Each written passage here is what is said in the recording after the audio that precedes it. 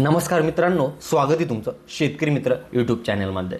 शेतकरी मित्रांनो, कापूस आणि सोयाबीन अनुदान मागच्या 2 ते 3 दिवसापासून शेतकऱ्यांच्या खात्यावर वर्ग केले जात आहेत। पहिल्या टप्प्यातील भरपूर साऱ्या शेतकऱ्यांना आता कापूस आणि सोयाबीनचं अनुदान मिळत आहे।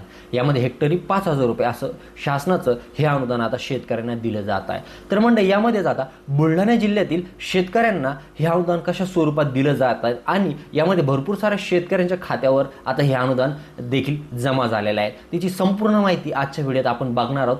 तालुके आणि तालुक्यातील शेतकरी हे आज आपण बघणार आहोत। मंडळी, आता बुलढाणा जिल्ह्यातील सोयाबीन आणि कापूस उत्पादक सुमारे 170 कोटीचं भावांतर अनुदान मंगळवारी जिल्ह्यातील सुमारे 4,15,000 शेतकऱ्यांच्या खात्यात जमा करण्यात आले आहे। अनेक दिवसापासून या निधीची प्रतीक्षा लागून राहिली होती।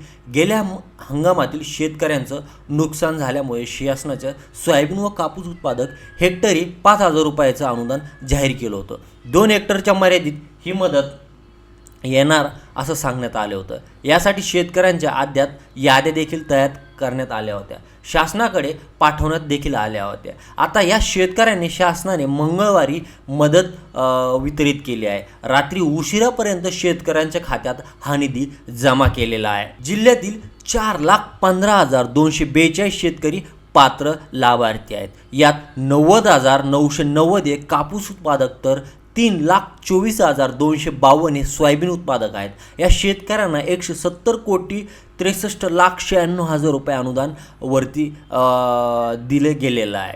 आता यातच कापूस उत्पादक 37 कोटी 17,90,000 तर सोयाबीन उत्पादक 133 कोटी 50,00,000 रुपये अनुदानाचा समावेश आहे।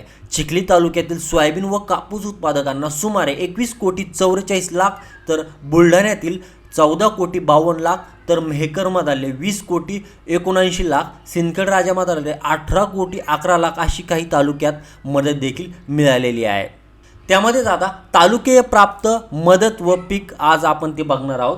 तर खामगाव 4 कोटी 91 लाख 11 कोटी 62 लाख आहे। त्यानंतर येतं चिखलीतील 20,72,021 कोटी 23 लाख रुपये।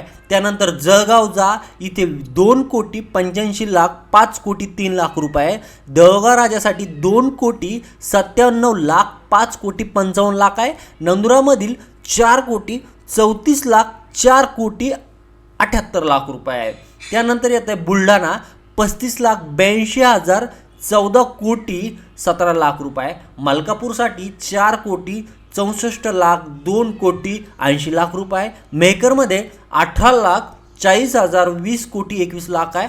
मातोळामध्ये 9 कोटी 7 लाख 3 कोटी 41 लाख रुपये। लोणारमध्ये 58,53,000 13 कोटी 26 लाख रुपये। शेगावसाठी 1 कोटी 48 लाख 8 कोटी 51 लाख रुपये। संग्रामपूरमध्ये 1 कोटी 90 लाख 7 कोटी 95 लाख आहे। सिंदखेड राजामध्ये 3 कोटी 58 लाख 14 कोटी 52 लाख आहे।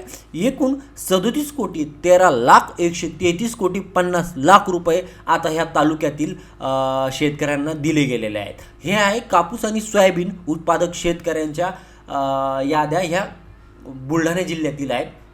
यामध्ये आता हा निधी शेतकऱ्यांच्या खात्यावर दिला गेलेला आहे। तर मंडळी, याच्यातलाच आता पहिला टप्पा हा शेतकऱ्यांना मिळालेला आहे, जे म्हणजे ज्या शेतकऱ्यांचे आधार KYC आणि आधार लिंक झालेल्या जे नवीन अपडेट शेतकरी होते त्यांच्या खात्यावर हा निधी दिले गेलेला आहे। अजूनही बरेचसे शेतकरी आधार KYC आणि बँकला आधार लिंक न झाल्यामुळे त्यांचं अनुदान येण्याचं बाकी आहे। तर दुसऱ्या टप्प्यातील शेतकऱ्यांना लवकरच हे अनुदान दिलं जाणार आहे। तर मंडळी, हे होतं छोटंसं अपडेट कसं वाटलं कमेंट करून नक्की कळवा। धन्यवाद।